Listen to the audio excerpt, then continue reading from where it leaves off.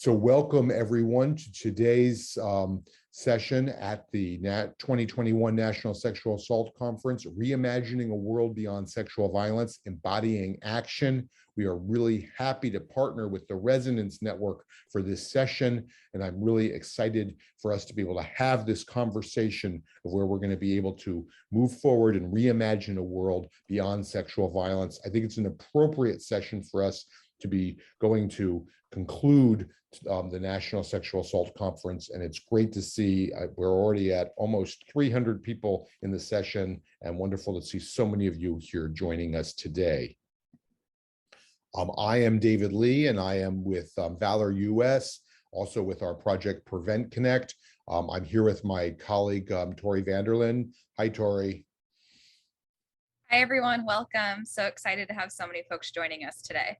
Tori is mainly behind the scenes, but we've been really happy over the last several years to be partnering with Resonance Network and helping pull together a series of web conferences, and also joining us at the National Sexual Assault Conference to explore the work that Resonance Networks does towards preventing and ending sexual violence, and so much more. I'm going to now hand over the podium to our facilitators, our host from Resonance Network, Alexis Flanagan and Casimira Carter-Howard. So hi, Alexis and Casimira. Great to see you here. Hi, David. Hi, team. We're so happy to be here. Thank you for another opportunity to be with this audience and this platform in this way. My name is Alexis, and I use she and her pronouns, and I'm a co-director at Resonance Network. And Resonance Network believes that a future without violence is possible, that it's within our reach. And therefore, we believe that our work is world building. It's our job to bring that into being in the ways that we are with each other, the ways that we are with ourselves, the ways that we build community, and the ways that we build collective systems that allow all of us to thrive, to allow all of us to have our needs met. And so I'm so happy to be a part of this network that is made up of over 3,000 aunties, uncties, activists, artists, storytellers, healers, people who are committed to building the world that we deserve, a world where sexual violence is not inevitable, and everyone can thrive. And I'm so happy to be facilitating this session with our storytellers, who you're going to meet in just a minute, and also with my colleague Casimira Carter-Howard, who's going to introduce herself and also introduce an initiative of our network that our storytellers are going to ground their stories in today. Casimira? Thank you, Alexis. Hello, everyone. Thank you all for joining us. My name is Casimira Carter-Howard. I use she, her pronouns. I am based in Washington, DC, and I am the director of programs here at Resonance Network. We have been super busy at Resonance Network over the last year or so, and we're super excited to share with you all our latest initiative, which is called We Govern.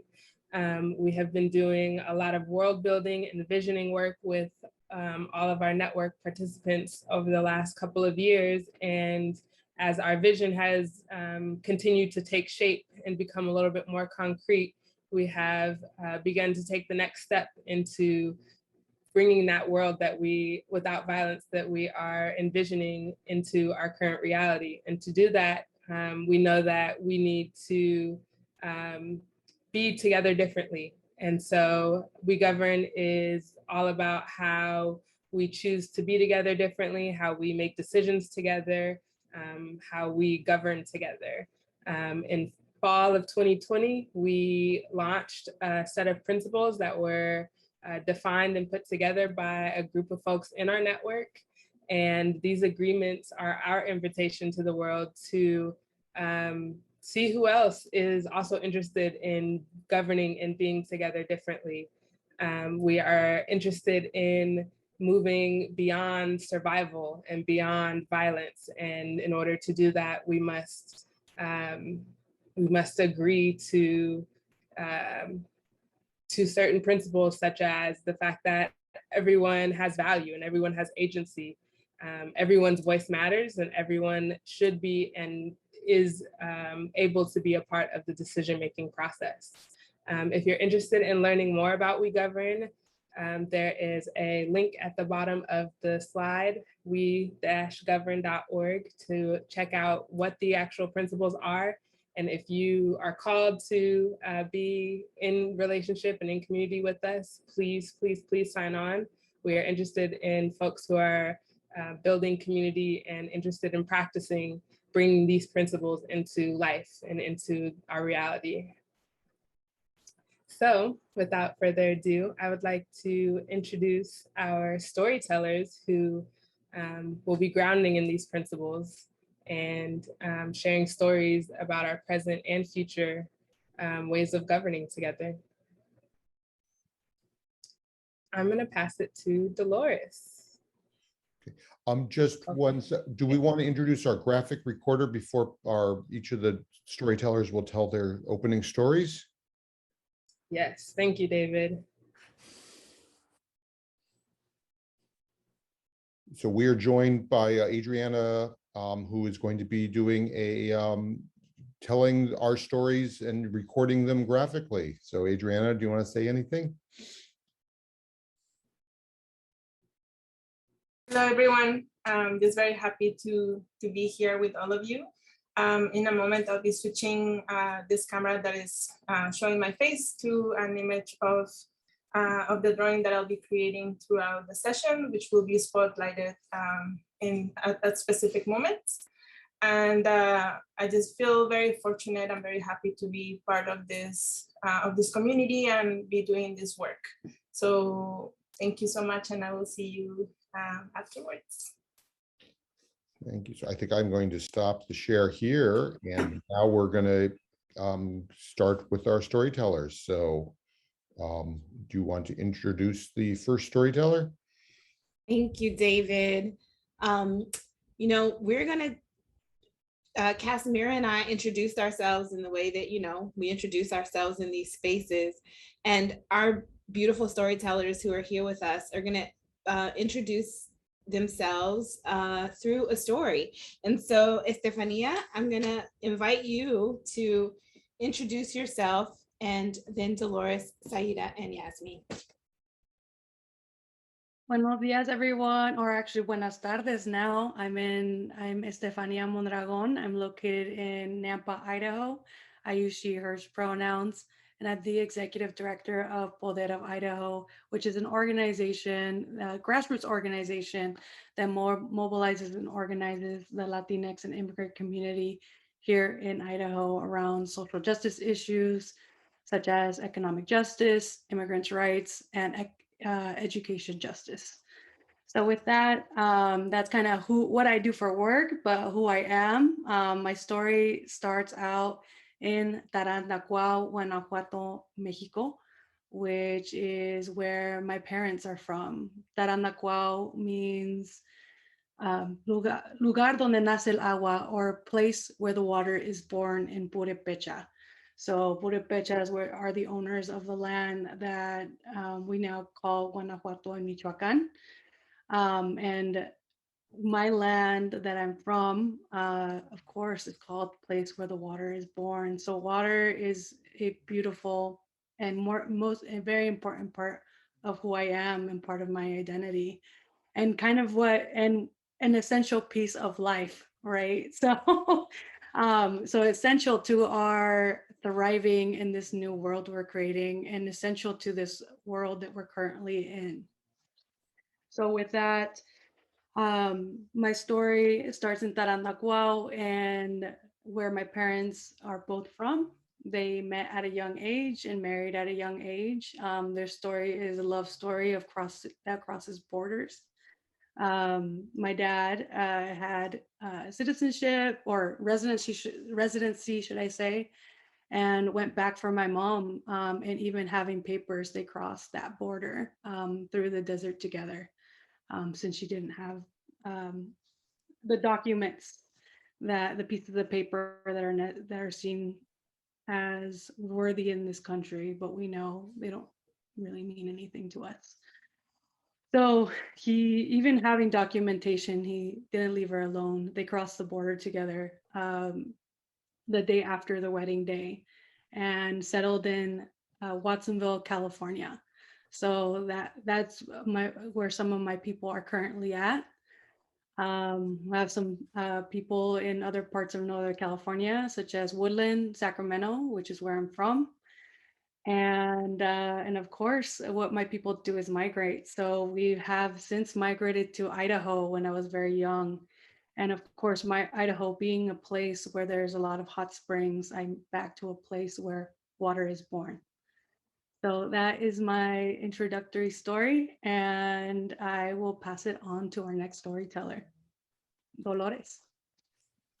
Hi, everyone. Thank you for going first, Estefania. My name is Dolores, and I use they, them pronouns, and I am currently living in Durham, North Carolina, and on most mornings, I make myself my breakfast and take my coffee, and I head toward the back door, and I look at my cat and I said, "You ready?" I say, "You ready to make the rounds, Mona Luna?" And she like goes, "Wah," and bursts out of the cat door, and we go and make the rounds around our little backyard. And I just walk along the fence line, and she always sprays the fence line right where the other neighborhood cat, who's like really interested in her, like really wants to like connect, and she's like, "I'm not interested in that." So we always pass that spot, and I make my rounds because I like to check on the plants.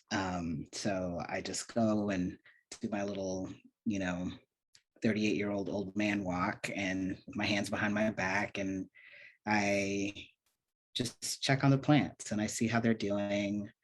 And I watch in particular for any new growth, because that is what excites me the most, is new growth, and poke around in the soil to make sure that there's enough water. And slowly, Mona Luna and I just like make our way around the fence line all the way back up to the deck.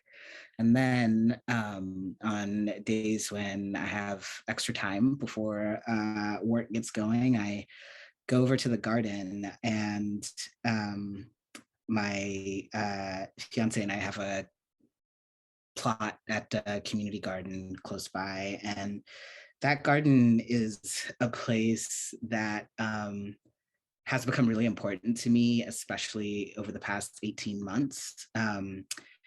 Because when I am there, I feel like I'm connected to one of the purest forms of life. And,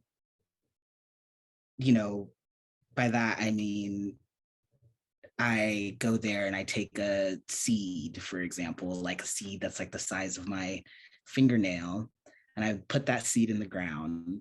And then I spend the next like couple of months really like watching that seed go from a tiny sprout to a collection of like vines with like little tendrils, and these little tendrils are just like just pulling their way up this like trellis, and they're like vining and they're doing their thing. And then one day there's like a little fruit, and it's probably the size of a marble or a grape. And in a few more weeks, or well, I wish it were a few more weeks, but really it's more like another month and a half, there's this sugar baby watermelon that is like the size of my head. And when I finally get to pick that sugar baby watermelon, I'm looking at it and I'm like, this is life. Like, and we're living in a world right now where sometimes it's really hard to see life. And there are days when I don't feel super connected to life because all I can see is violence and destruction and degradation and dehumanization. And so on my worst days, I know that if I make it to the garden and if I feel even like the biggest monster on the planet, that like if the very least that I do is like pick up a piece of fruit or pluck a bush bean or a pea or a tomato, and I hold that in my hand, I can say I've participated in life. If I have done nothing else, at least I have done this one thing, and that's all I got. And so I just really carry that with me in my like hardest moments, that closeness, and that sometimes the way that I can most easily access my humanity is going for a walk around the backyard with my cat and taking care of my plants. And that sugar baby watermelon is gonna feed my fiance, it's gonna feed me, it's probably gonna feed my dog Tucker too some, and it's gonna feed, you know, the few folks that I'm currently like really in tight community with. And it's just a thing that I like wanted to share with you all as like just something that has like really been a gift for me in this moment. And so that's my introduction to you all. And whenever Saida is ready, take it away. Hey folks, I'm Saida Agostini. I use she, her, and hers pronouns, and I'm based in Poughkeepsie, New York, which I also like to call the Paris of New York, which could or could not be a lie, depending on your vantage point. When I think of stories that like give folks an introduction to me, I think immediately of this past March when my maternal grandmother passed away in Guyana. It was pretty like shocking. And I traveled back to Guyana because if there's anything that my family like is really committed to is like making sure that everyone knows what should happen after they die, right? Like I already know what jewelry I'm getting for my mother. I think that's kind of odd, you know. So my grandmother was very, very clear with us before she passed away that she wanted to be buried in Cabo Kabiri. And Cabo Kabiri is a village off of this huge river called the Pomeroon in Guyana. Like we would call it like the deep country in the US. And if you look at the water, it's like, we call it Coca-Cola water because it's black, right? From all of the minerals. And I've always been kind of like obsessed with it. And to get there, you have to like drive 3 or 4 hours. You have to then take a ferry.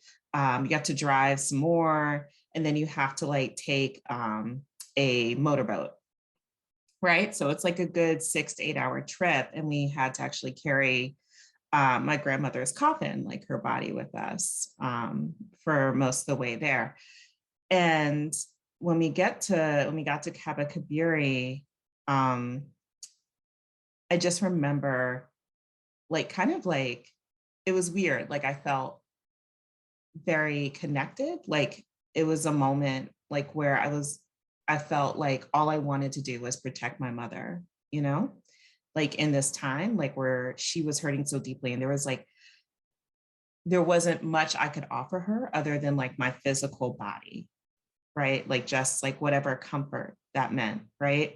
And because of COVID, like we couldn't sing in the church, right? Like all of these things that like my grandmother loved, we couldn't do, but where the rest of my family is buried there in this village, it's like in this clearing among all of this bamboo. And we've gone there for years. And I actually took my grandmother back there a few years before she passed. And she was going around and talking to the dead, right? Like it didn't matter whether or not she knew them. Most of the time she didn't, right? But she was like chatting with them, like she was having full-on conversations, right? And it made me think a lot about how much we are all like so connected to the people who go before us, right? And there's so much I don't understand. Like, I don't understand why she had to go. I don't understand, sometimes like how life works. And I've had to acknowledge that at 39, I just don't get it. But what I do get is that we have this incredible power to like love the people that we're with right now. And that even after they go, for whatever comfort it is, like I can carry my grandmother with me and that my mother carries her. And for what it's worth, I have this profound gratitude that especially as a Black person, I know where some of my people are buried for generations back, and knowing that's not a gift that so many of us have, and that there's a land that even just for this like one transitory moment, like I know where part of me comes from. And I just, I thank God for that. Saida, Yasmin. Thank you for that. Hi, everyone. I'm Yasmin Yones. I use she, her pronouns, calling in from Arlington, Virginia, Napatak Nation, unceded land. That really moves me because my grandma's the love of my life, and I'm going to talk about her too. And my deepest heartfelt prayer for you and your heart. So my name is Yasmin, which means jasmine flower. This really beautiful, fragile, beautiful thing that is known for smelling sweet. And I am the granddaughter of Shamus, which means the sun. And my grandmother is the sun that my whole family revolves around. She is the stardust that we come from. And my full name is Yasmin Mohammed Yones. It goes on much longer than that.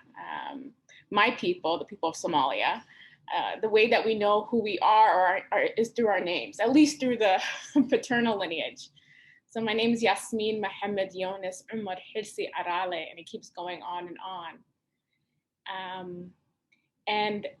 But the first three of my names is Yasmin, daughter of Mohammed, granddaughter of Yones. Both named after prophets. Muhammad, the prophet, who's the most honest one. And Yones, Jonah, the prophet who found himself in the stomach of a whale and had to ask God for help. And so I think about what it means to be me, a flower, the granddaughter of a son, of a star, the granddaughter of a prophet in the stomach of a whale. Also what it means to come from a country that still is resisting American imperialism and colonialism. I think about when I think about consent, that I didn't consent to coming to this country like many Black people. What does it mean to come as a young girl child to the Deep South, a different kind of African 500 years later? And also, what does it mean to be a chaplain? Chaplain being the art of being present. And how have we all been shaped by the people who've been present for us? And I think about my grandmother, Shamus, who mothered me. I had parents who did who because of trauma and capitalism could not be present. But I had a grandmother who, when she looked at me, I was the only thing that existed. And I knew I was adored, and I knew that I was loved, and that she would listen, even if she didn't understand. Even as the years, as I got older and my Somali language skills decreased, and there was more of a barrier. Talk about needing a translator between the person that you love the most in this world and you. And what does that loss do? But I realized that we don't always need language to understand each other and to be present. So thank you for having me, and I'm really excited to do the storytelling. I come from a country, I think many of us do come from people who have resisted and lived and survived and nourished and fed off of stories. So this is my favorite thing to do.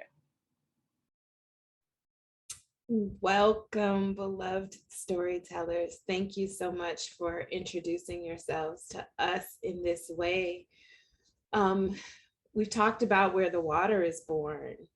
We've talked about life emerging from the land and how the land shows us our humanity, about how our ancestral connections through beautiful histories, through complicated histories, through painful histories, have taught us about what it means to be in consent and why that is important to us, what it means to honor our ancestors, what it means to return their bodies to the ground and to have a place to come back. And all of this is about world building.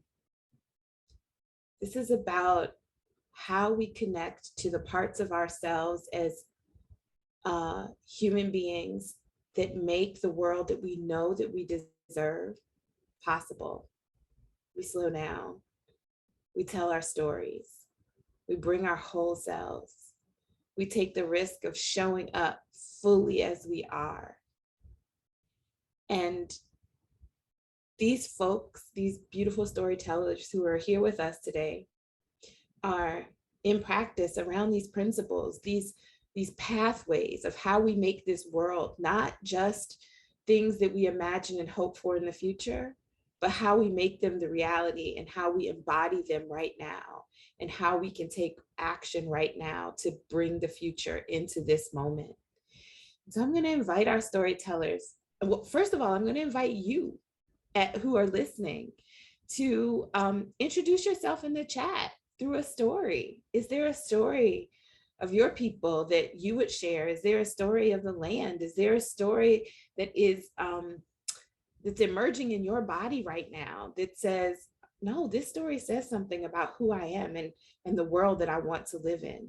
And so we'll invite you to drop those stories into the chat as we move into our storytelling, inviting our storytellers to share with us where are the We Govern principles showing up in your current existence right now? Like, what is happening? And I'm wondering if now is a time where we can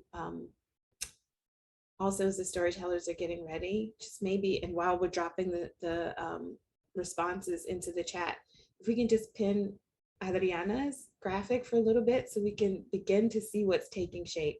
And then we'll come back and we'll look at it again after this round of stories. Thank you, Adriana.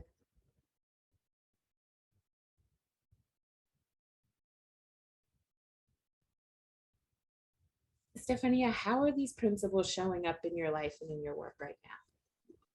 Yeah, thank you, Alexis. Well, as an executive director, a young punk that turned executive director, I still have a lot of like the, let's go out there, let's show them what we got, like do a rally, let's get arrested, let's, do all that we have to do to put our bodies on the line and, coming from that kind of place of activism, but also like having done that my whole youth, but now suddenly turning 30 and figuring out that I need to transition in some ways. My body's telling me to transition. My brain is telling me transition into a different place, and transition tactics. And so looking at the We Govern principles of we govern together, we keep each other safe, and we thrive together.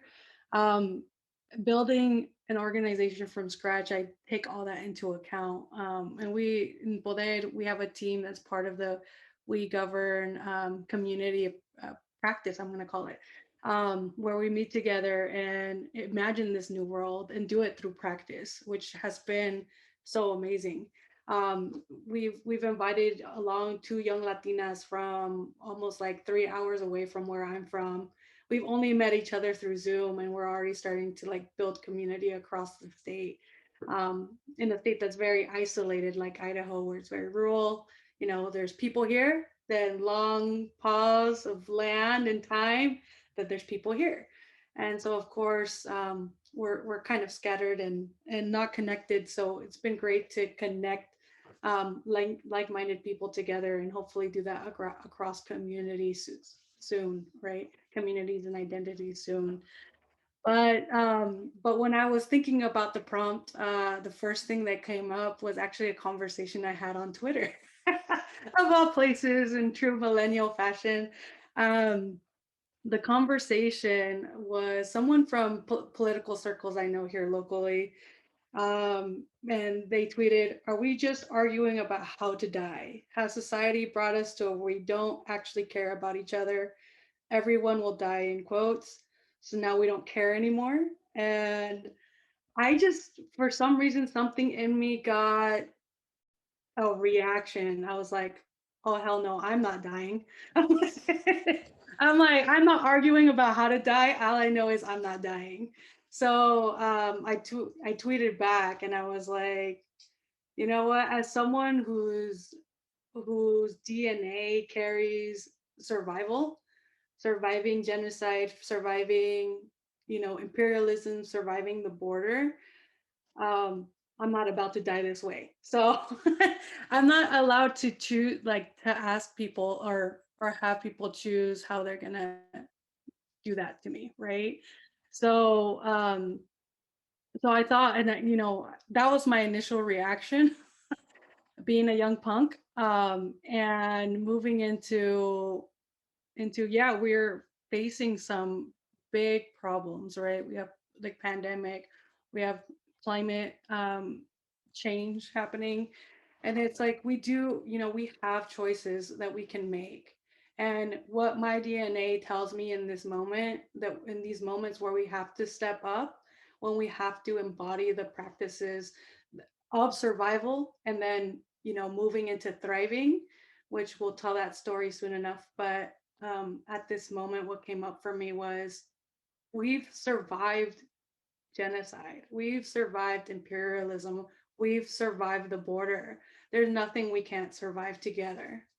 And survival, not just survival, but thriving is in our DNA and will lead us there.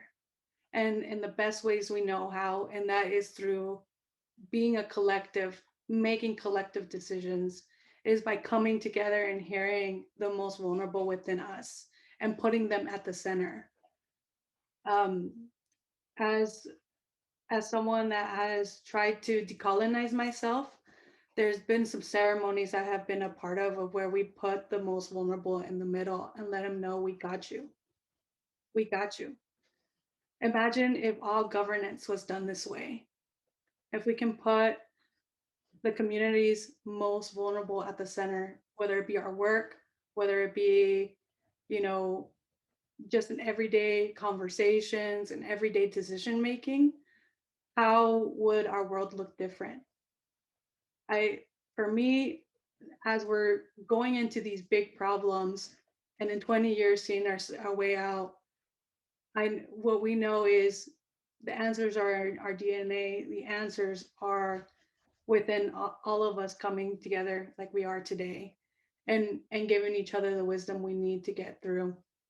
And so, we govern is something much bigger than just coming together, right? It's coming together and building the solutions that we need to build this new world that we have to be a part of, right? It's in our DNA to be a part of it. So for all of you that have collaboration and collectivism in your DNA, I'm here to say we're gonna survive. We're gonna thrive.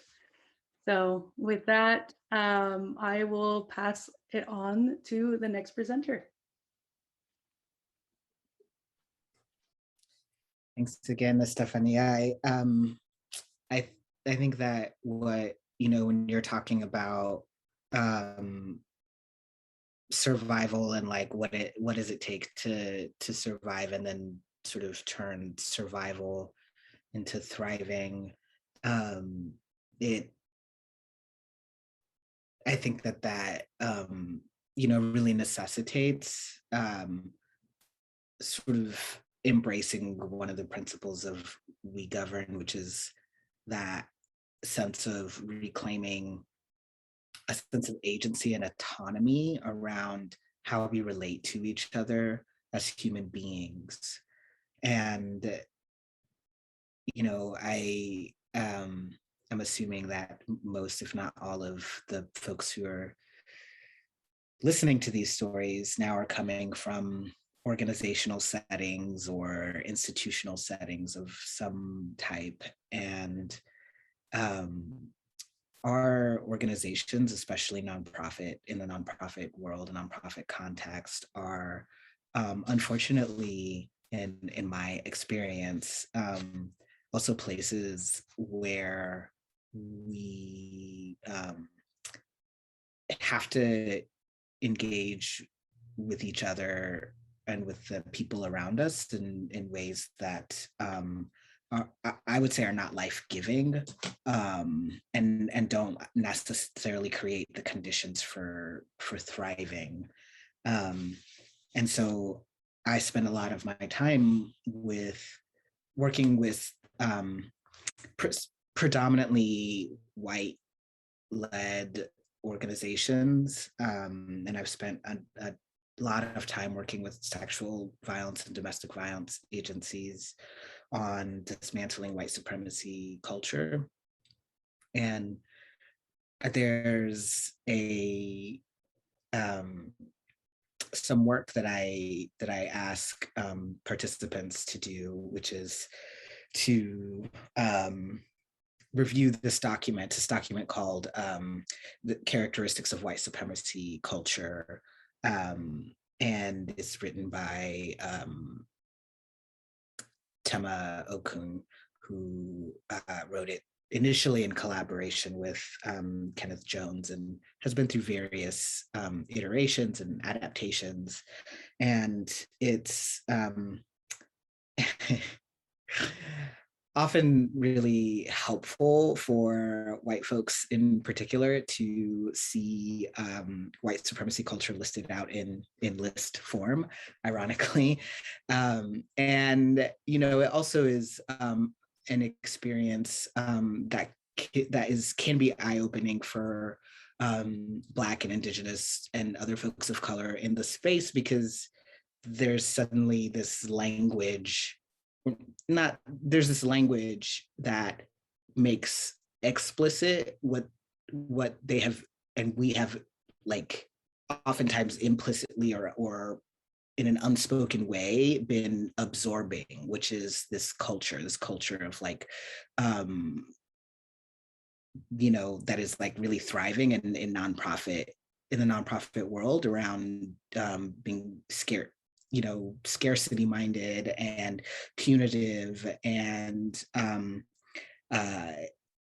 hierarchical and power hoarding in nature. And so I was facilitating a session where I was working with a group of folks from a domestic violence agency, and we were talking through these characteristics and talking about what potential alternatives could be to some of these behaviors that perpetuate racism in institutions, and thinking about what practices, behaviors, conversations, ways of being would facilitate a more expansive culture. And one of the participants, who was one of the few folks of color in the organization, said to me, in theory, I get this. I see, on paper, this looks really good. And to be honest, we in our organizations are white supremacy and white supremacy culture is the reason why we exist.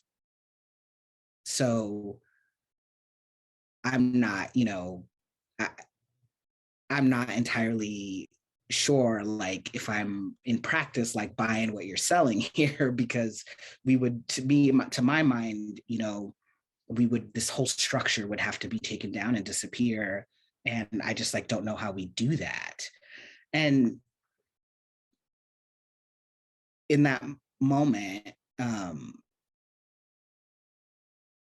the short answer to that question is like, yes, you're right. Like the whole structure, like it has to come down, it has to be turned into something else. Something else has to happen. And in the meantime, I have to be honest and say that I'm not offering a solution that feels necessarily good or even achievable in this moment. And so let me clarify what I am offering by going through this conversation with you on this, is that I'm offering you all as a group of people, as a group of coworkers, as a group of humans, to make the choice at any moment in time, to make a choice about how you are going to behave toward each other and with each other on a daily basis. And you can do that at any point in time. You can make different choices about how you're going to relate to each other. And we can do that now. And if we can commit to doing that, to really thinking about and practicing making different choices about how we relate to each other. So choosing connection as opposed to isolation, alienation, or separation, choosing acknowledging our failures and mistakes and moments when we have really fucked up. Choosing to own that in service of staying connected, and that if enough of us choose that, then the path toward dismantling white supremacy culture is I think just sort of puts itself, unfolds before us, the more of us start to choose different ways of being with each other. And that even though there are these structures at play, we still have autonomy, we still have agency. And some of us more autonomy and agency than others, but we have to agree that we're going to start relating to each other as human beings who have dignity and worth, and be in that together. And perhaps that was a really unsatisfying answer, but it's, I think it's the truth.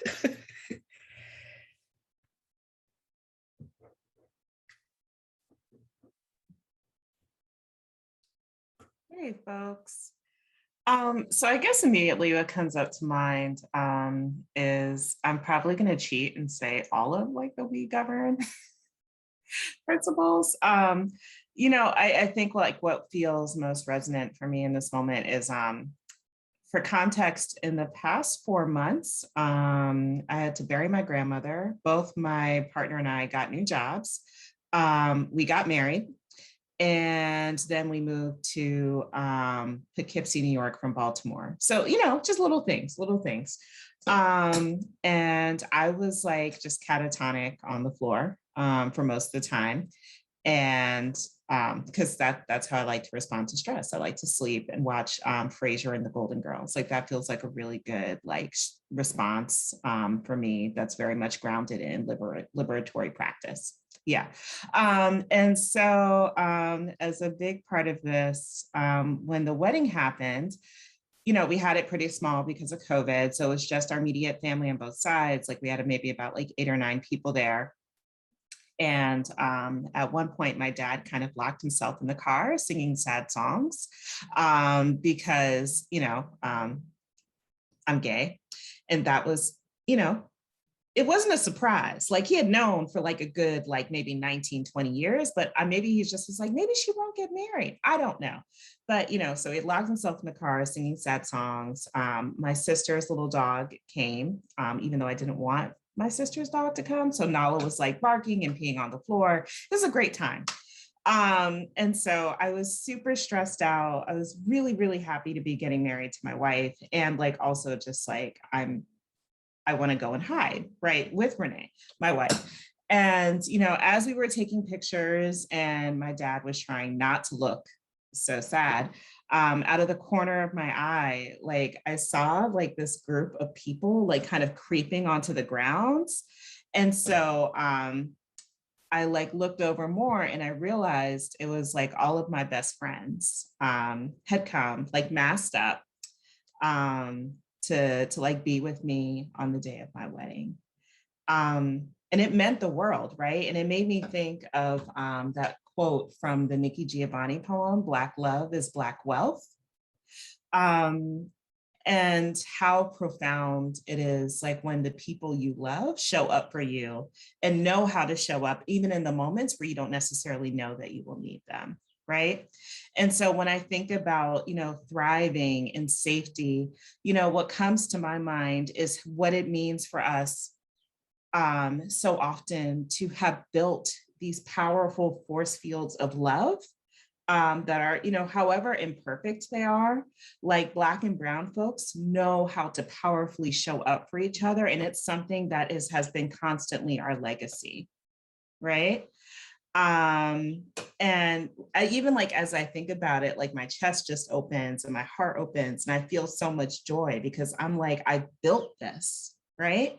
And I'm not the only one who has built this, right? And so when I think about, you know, the practice of like we govern principles, I think about what it means for us to have like constantly built up these like pools of love with each other. And how are we archiving these practices? How are we talking about it? And how are we seeing this not just like as a strength, but like this is actually our wealth. This is what we give to each other. This is what we give to our people. This is what we give to those who come after us. And that's always my most fervent hope and prayer is that we will always feel as held as I did on my wedding day, even when everyone had lost their minds.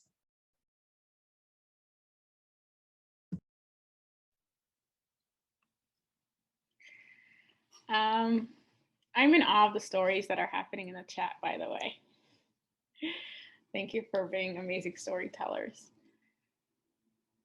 And it's also giving me courage to tell this story.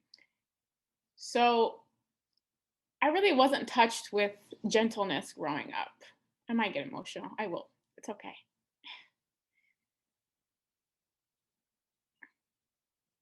I wasn't ever really touched with gentleness growing up. And of course, that means also without consent. And I just often think about how when we're talking about all the communities we deeply care about and the ones that we want to protect, we often forget about children. And I don't think that it is because we don't care about children. I think that often it is too painful for us to face the pain of children because that would mean we would have to face our own pain because we were all children at one point. And we are often actually very much still children. It comes up when we are hurt, when we feel not seen, when we wonder if we're a burden, if we're going to be rejected, left alone, when it feels too scary to ask for help. And so I think about the kind of work that I do. I decided to become a chaplain when I was in seminary. Seminary was by accident or, but I had a dear friend, Devon, who was also an abolitionist, who believed in a world in which we didn't respond to violence or to harm or hurt by caging other human beings, by torturing them, by inflicting state-sanctioned violence. And he was one of my best friends at a time that I really needed him. He was my brother. And he died. He died through intimate violence. And I really had to ask myself, how do we find justice for an abolitionist when an abolitionist is murdered? And I think about the person who killed him, his partner, this man that he loved. And I was really surprised because my first reaction, beyond the immense sense of grief, was that I wanted to care for this man that killed my friend. And I'm not saying that because I'm some exceptionally kind person. I was surprised. But I thought about what I know of Devon and what he's taught me and what I believe, that it's not just a political aspiration, but that abolition, right? It's not just about dismantling all these systems that negate life, but also creating systems, but also ways of living and relating and being present for each other that nourish life. And I wanted to be present for this man that killed my friend, because I know he's also more than a man who killed my friend. If Devon loved him, even if he didn't, but I know Devon loved him, he must also be exceptional in so many ways. He must also be so human and lovely and gentle. And I think about how, as, especially in this country, but all over in our families, in our communities, that like, it's so easy for us to wash our hands of so-called bad people, right? People who do harm. But I think about what it means for this young man, not even 30 yet. What has happened to him? Like he was born this beautiful, perfect child, right? What happens to a young boy that he grows up so afraid that he needs to carry a gun with him to feel safe? And when was the first time he didn't feel safe? And what happened, and what ball did we drop as communities and the society that he did not know how to have conflict in a way that nourished life rather than negate it? That he went for a gun rather than a hug or whatever else was needed. And so I wasn't able to take care of this man. But I ended up staying another year in seminary and doing a prison re-entry chaplaincy program. And I was able to take care of all these other men who reminded me of him. And I realized that this was part of my calling, to be present for other people, and that I had always been doing it. And I realized that actually that we can all be chaplains in the world. That I had been so trying to figure out why I had to deal with the violence in my family, both physical or sexual or emotional, and that neglect is also violence in some ways, and what had happened, and trying to push them to do differently, to show up differently. And that actually I didn't really have consent this whole time to be trying to change and shift my family in the way that I needed them, or that I used to need them to be. But that magic happens when you're in circles or spaces or communities where there is consent to do that work, to look inside, to face our pain, to wonder what is missing or what is needed, or the kind of care, or to know that, you know, I cannot provide care to the man that hurt me, that I've got no contact with a large portion of my family, despite how taboo that is in our societies and communities. But that when we show up and are present with people who are consenting to do that work, magic happens. And I have been there as men in their 60s and 70s talk about the regret of the harm they've inflicted on their families, as men who are my father's age talk about the pain of being a child who's been abandoned by their mother, who was abandoned by her mother, and how he has tried to find love and life by creating all of these children that he has not been present for. So I'll end with this, is that I don't think that trauma is a sustainable energy source for justice work. I don't think trauma is a sustainable energy source. I think it is the spark that often is the reason we do this work. But that it is a fire that can light our way, but it can also consume us and burn us down. And that I've had to find more sustainable, more consenting sources of energy to do this work, to show up. Because what I want I want is ease. I want gentleness and softness. I want a soft place to land. And I want that for all of us. And I know that that can't happen unless we really do the internal work. We often so underestimate our childhoods and the children in our lives. And so what does it mean if we were all chaplains in the world, that we turn toward children and we're present toward them, that we didn't punish them, that we didn't demand perfection that we will never achieve from them, or discipline? What would it mean if we were able to step up and take accountability for any harm that we've caused without worrying that we will be disposed of, caged, and forgotten?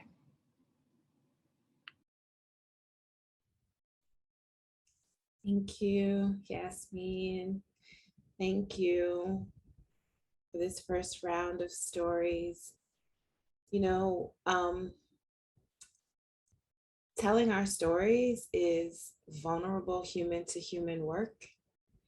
And, you know, part of the principles of We Govern is that that everyone has value and everyone's voice has value here.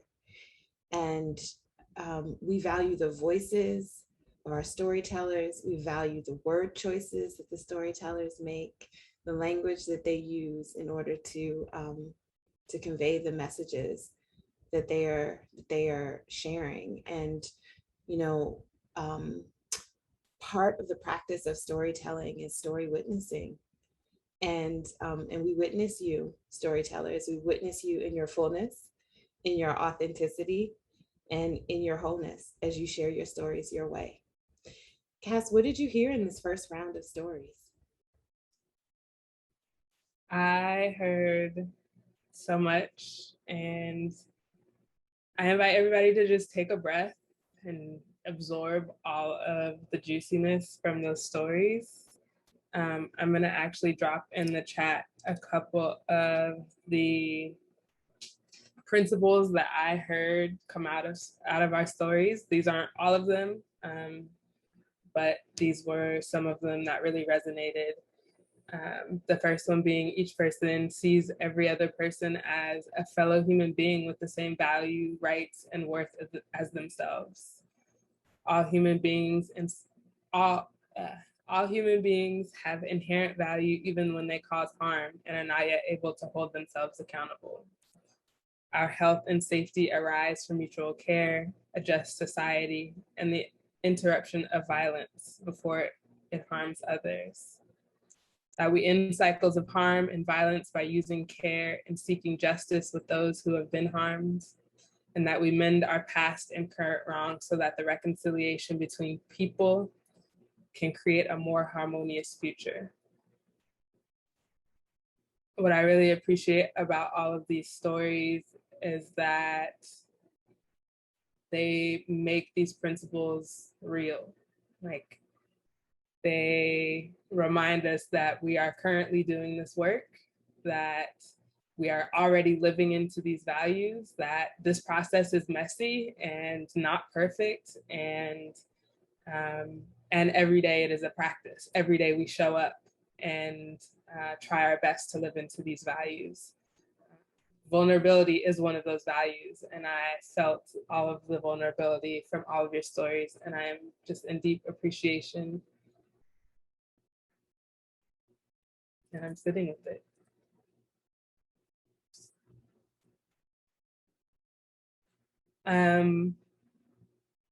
Before we transition into our next set of storytelling, I wanted to invite Adriana to, if we could pin her graphic at this point.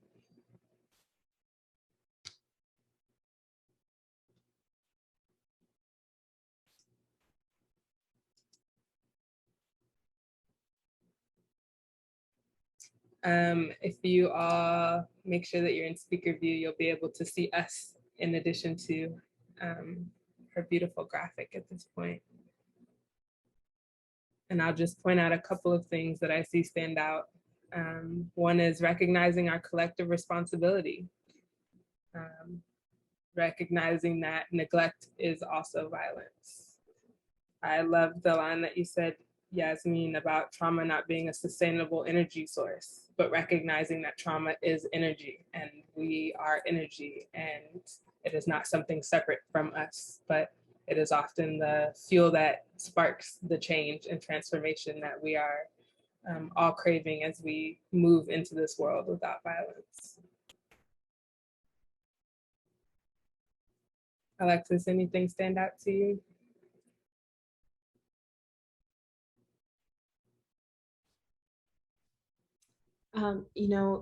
What stands out to me is less the words and more the graphic, right? And like how this is emanating from our hearts. And I just can't reiterate enough how much of a gift it is that our storytellers are opening up, our storytellers who are sharing their stories on camera, and our storytellers in our chat are choosing to allow us to see their hearts today, and for that we're very grateful.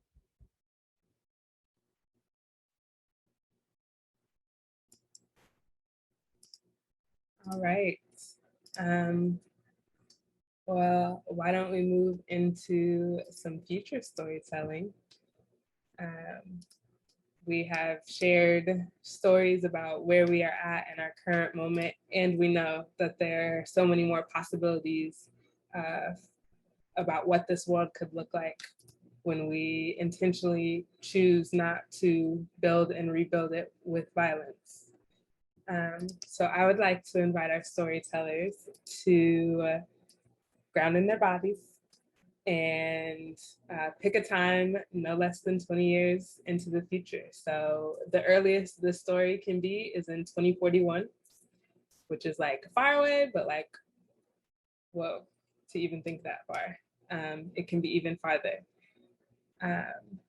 And think about how you in community, you in the environment, you in this world, choose to embody these principles at all levels. Think about who is there, what has changed, what does this new world feel like, smell like, taste like, what do you hear? What does embodying equity mean at this point in time? Where has the violence gone? How do we engage with each other in these new ways that we have described thus far? And when you're ready, feel free to take yourself off mute and share your story.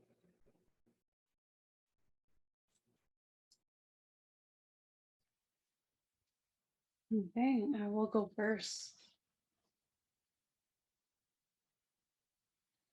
So the year is 2051, or what 41? I'm bad at math. It's my 50th birthday. And yeah, it happens to coincide with the anniversary of the dams going down in Idaho.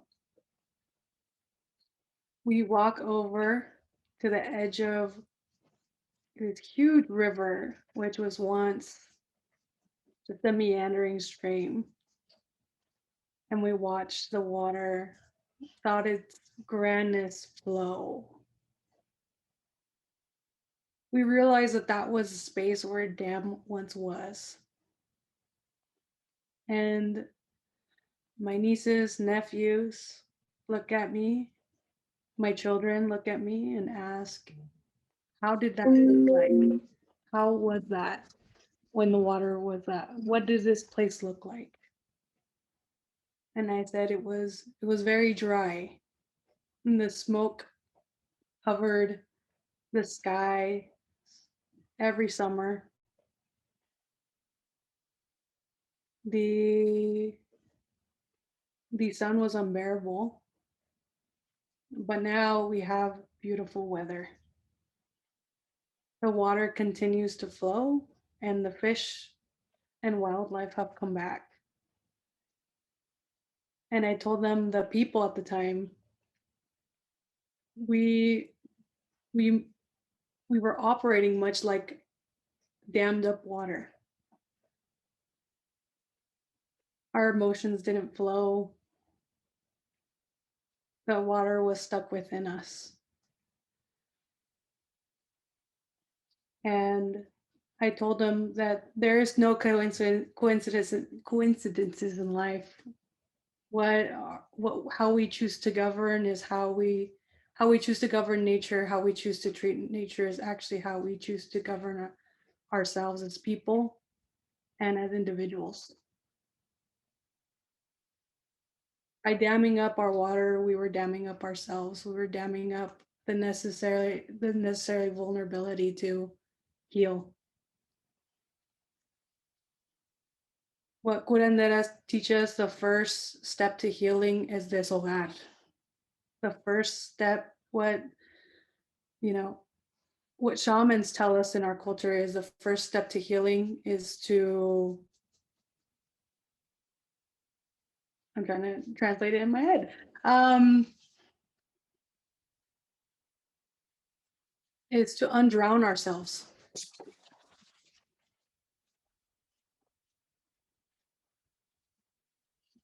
The first, how do we undrown ourselves is through, we talk about it.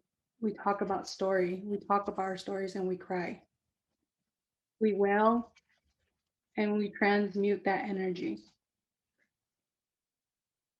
At first, when we chose not to fix the dam and let the water flow, it was a huge outburst of water and we were scared. But that first outburst of water, which was huge and powerful, then became smaller and smaller. And now is a river that we see today. And that is much how our governance is working as we're healed, as we become more healed. Thank you.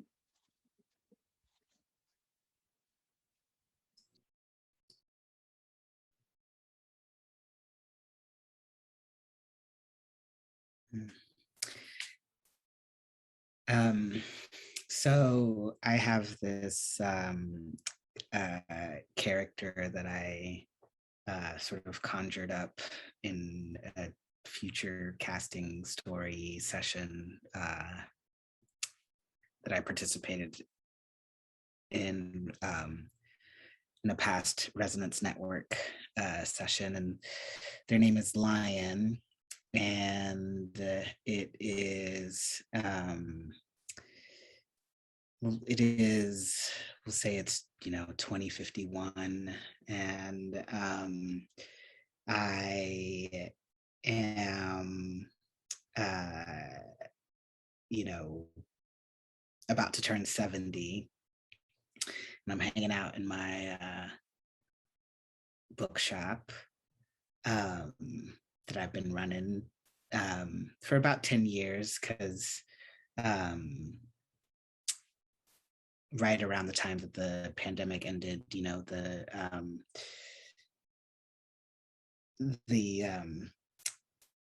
Congress signed universal basic income bill into law, and so I've been able to take some of those earnings and open up a little bookshop, and Lion is one of my nibblings, who I have been a caretaker for throughout the course of their young life, and they are Lion decided that they weren't going to go to college because they spent much of their childhood hanging out in the bookstore with me, and their favorite thing to do was to read all of the books about nature and plants and birds and creepy crawlies, and really just sort of play around in the dirt. And so there's a garden next to the bookshop, and it is a place where Lion spends a lot of time, and what Lion has done is made the garden also sort of a community space for folks in the surrounding area. And every week there's a little CSA pickup, and folks come and get their veggies for the week. And when that is over, Lion gets together with some of their friends, and they take some veggies over to folks who are not able to make it in person to pick them up. And Lion has this group of friends that they spend their what you would call their working hours just checking on folks in the neighborhood and making sure that everybody's houses are solid and stable and watertight, weatherproof. And we've talked about what doing something like going to college might look like. And Lion just feels really fulfilled in being sort of a caretaker for the community that he lives in. And one of the Lion's favorite things to do are have their hands in the dirt and fix things, repair things. And it's a way of working in the world that has a lot of meaning for them. And it is also a way that Lion stays connected to their elders, and to ensuring that their elders always have a place that is comfortable to call home, and that they can stay in that place called home for as long as they choose. And I just get a kick out of watching Lion live.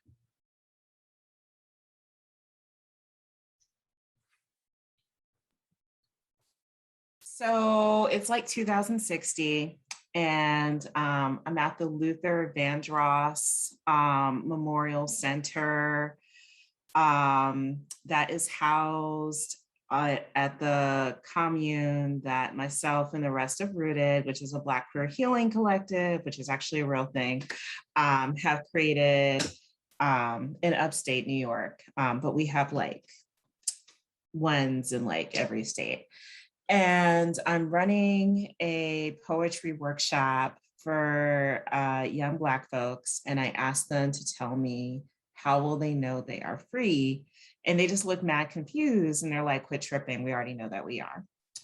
And and so, as I sit back and like think about kind of like what's been happening over the last like 30 or 40 years from my gown closet, what I'm envisioning is just thinking about how much like we've come, how far we've come in terms of being able to name a thing and tell the truth, and like this faith and knowing that like as like I send like my kids or young people or whoever to school, like folks are learning about their history, they're learning about their culture in real ways, and people aren't afraid to speak what is real out of fear of harming kind of the legacy of white supremacy. And we're much more focused on like telling things in a very real way. And so much of this has come from the truth and reconciliation work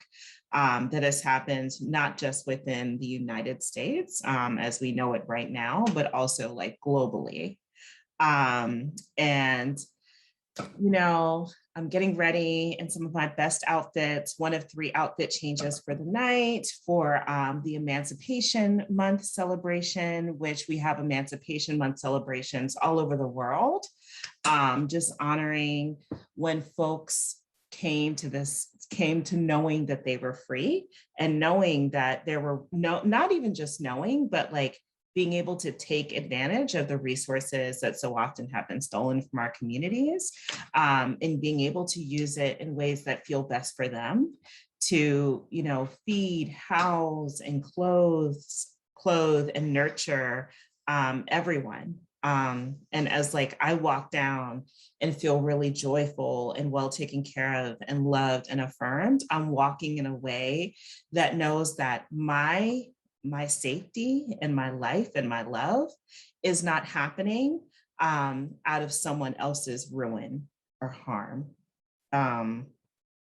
And I'm just walking strong in the sense that my joy isn't taking away the joy of anyone else.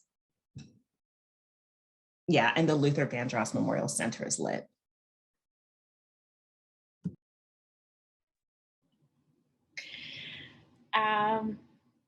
You're hearing a story that I am making up right on the spot, so which is actually all my stories. But I'm also in awe of this artist who's creating art out of our art. So it is 50 years from now. I am 82 years old. Fly. Inshallah. I live amongst my tree friends. I'm always happiest when I live near trees. I grew up with this forest in my backyard. And right outside my window now are these beautiful oak trees that I always say hello to and assalamu alaikum to, and I tell about my day and I tell them that they're beautiful, even when they're not blossoming. Not only during the spring blossom are they beautiful.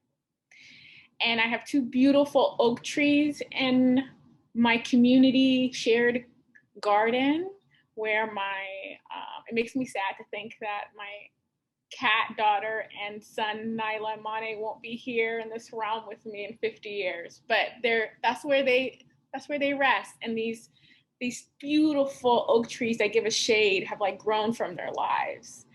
And they mimic a lot of who they are. Nyla is very stunning and beautiful and has like white paws, but she also likes her alone time. And Mane is this beautiful, gorgeous black cat that has no understanding of boundaries despite being a cat himself. And when you hear his bell, I always say, oh, there's love arriving, because he's the most affectionate cat. So anyway, I'm with my babies. I am a grandmother, like my grandmother. And I'm hanging out with my daughter's daughter. And I'm still a chaplain. All the cages have been unlocked. No one is, there's no prisons, there's no jails. Both in the physical manifestations as we know them, not just in this country, but around the world, but also in the ways that that cage us, right? I am a chaplain at a community-run school where people learn how to love well.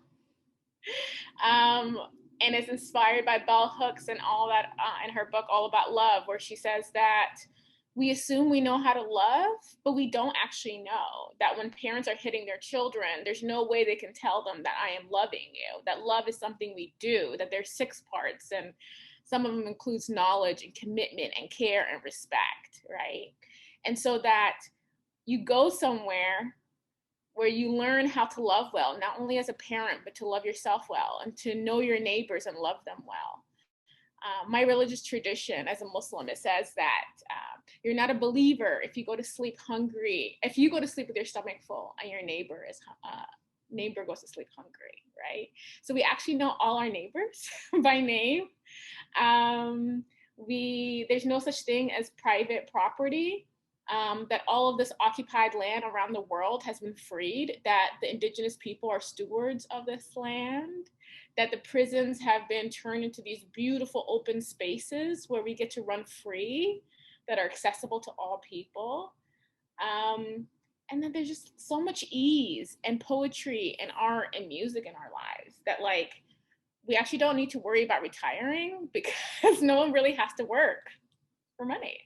What we work is to cultivate life, and we do the things that bring us joy. And capitalism is no longer. So there's this fear that we won't work unless we're forced to, but actually it's not about productivity, it's about nourishment. And so you get to say hi to your friends and you don't have to pencil people in. And there's ways of, I think often of the fact that right now, before COVID, loneliness was a public health crisis when we were surrounded by people. And I often think about what happens when we are told to isolate as a sign of love and care. And so we've learned so much from this COVID time. And we really are connected. It's not just about the numbers. And so my granddaughter and I, she's an artist. We work with children and we work with parents, and we teach folks how to repair and how to communicate and how to dance in the rain. And it's lovely. Oh, thank you. Thank you, wonderful storytellers. I'm going to invite the audience, if I can, here we go. I'm going to invite the audience to share with us in the chat. What are your reflections for embodying governance now and in the future, for embodying these principles in these future stories? Here are some of the principles I heard were, I'm actually worried that there we go. They would pace with timestamps. There we go. That we honor the presence of everyone and ensure that our labor is seen, right? Our nourishment comes from these different places, our relationships with land, our relationships with water, that what we do in school, right? It's to learn how to love. And when I think about these principles in action, like your story comes to mind, Yasmin, as like those principles in action are about love, right? About how we make decisions to ensure our collective thriving, and love is at the root of all of that. It has been wonderful to be with you all, to open up the portals of possibility that are created through our stories and through our creativity, through our hearts, through our history. World building and storytelling, as we practice it in Resonance Network, we think about it as on an arc of the 7 generations before us to the 7 generations to come. Like our current moment is informed by what has come before us, and the choices that we make are in responsibility and in accountability to those who are coming after us. And so we invite you to join us. We invite you to join us, to engage these principles in our work, in our practice, in our lives, in our families, in our communities. When you're trying to get your kid to eat broccoli and try to figure out whether or not that conflicts with their bodily autonomy, we want to be in the practice of what these principles mean in our lives and in our practice. And so I'm going to ask that we show the slide of some opportunities that are coming up to engage with us more around this. Resonance Network, in partnership with Valor, will be hosting 3 webinars coming up in October, in December, and then in February 2022 of We Govern These Principles in Practice. In October, we'll be talking about claiming governance in our communities. What does it mean for us to be in a practice around consent, about about the decisions that are made that govern our lives? So many of us, especially those of us who are BIPOC and QTPOC folks, and who are living at the intersections of so many oppressions within dominant culture, are so used to living out of consent with the decisions that are made about our lives. And We Govern is an invitation to be in practice about knowing and being able to stand in our agency, to shape our lives the way that we deserve and to build the world that we want together. In December, we'll be talking about narrating a future for our communities and deepening practice in unleashing our creativity, uncovering our creativity, reconnecting to our creativity to tell the story of the future that we want. Not just so that there can be this future thing that hangs out there that we walk away from and we don't do anything with, but so that we can see the elements that even in the chat from the stories that you heard today that you were calling into right now, into this moment. Like, how can I be this now? How can I become this now? How do I invite more of this in myself, in my community, in the systems that I impact and influence? And in February, we'll be talking about at the systems level, how do we reimagine policy for a world beyond violence? How do we reimagine policy where like a politic of love is what's at our core, and where our commitment and our audacious goal is a collective thriving of all beings on this earth? When we say that that's not too hard of a thing to thrive for, that nobody gets thrown away, that nobody is collateral damage for our joy, that we all get to live in our joy and in our thriving. Thank you so much for being with us today.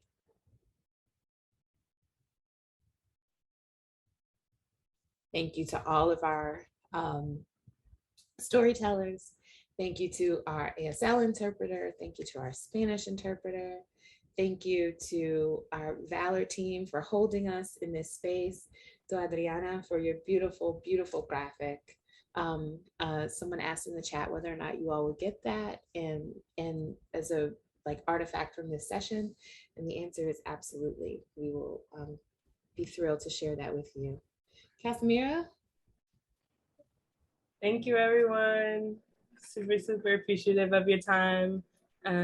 Please check out our We Govern website so that you can stay in touch with all of our future events and practice opportunities. And we will see you next time. Thank you, everybody.